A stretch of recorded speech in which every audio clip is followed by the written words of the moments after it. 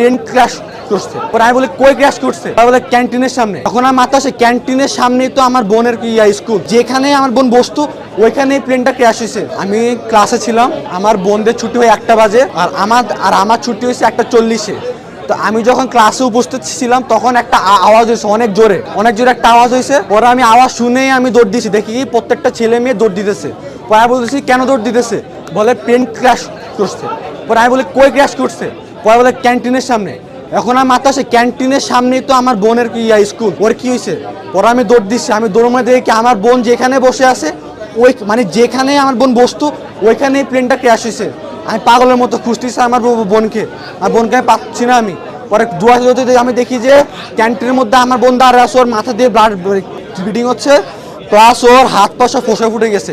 Plus আমি যখন যাই তখন দেখি যে অনেকগুলো বাচ্চা 2 ভাগ হয়ে আছে, ছোট ছোট বাচ্চা 2 ভাগ হয়ে আছে, গেটের সামনে 2 ভাগ হয়ে পড়ে আছে।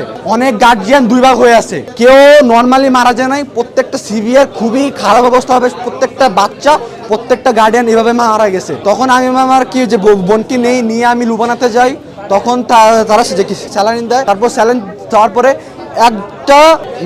একটা নার্স একটা ডাক্তার, নাম হচ্ছিল ফারজানা, উনি আমাকে 2000 টাকা দিছে।